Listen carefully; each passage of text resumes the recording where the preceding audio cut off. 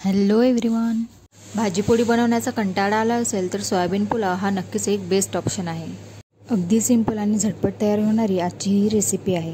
हॉटेलसारखा एकदम मोकळा पुलाव तयार होतो. तर मी इथे 100 ग्राम सोयाबीन वडी घेतलेली आहे. त्यात साधं पाणी टाकलं आणि 15 मिनिटे भिजत ठेवलं. गरम तेलात घरात तयार असलेले सगळे खडे मसाले टाकले व कांद्याची फोडणी घातली. त्यानंतर त्यात हिरवी मिरची टाकली व छान परतून घेतलं व नंतर त्यामध्ये आले लसूण पेस्ट टाकलं. तेही छान गोल्डन कलर येईपर्यंत परतून घेतलं. नंतर त्यामध्ये हळद, तिखट, मीठ, जिरे पावडर, धने पावडर व बिर्याणी मसाला टाकला. बिर्याणी मसाल्याने भाताला एकदम छान चव येते.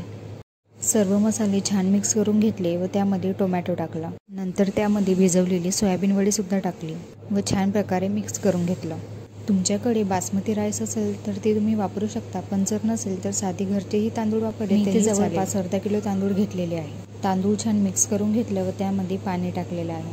आता आपल्याला ते प्लेट झाकून 15 ते 20 मिनिटं शिजवून घ्यायचं. आता तुम्ही बघू शकता आपला एकदम भात तयार झालेला आहे. त्यात कोथिंबीर टाकली व सर्वसाठी आता भात तयार आहे. बघू शकता किती मोकळा झालेला आहे भात. ही रेसिपी आवडल्यास लाईक व चॅनलला सबस्क्राईब मात्र नक्की करा.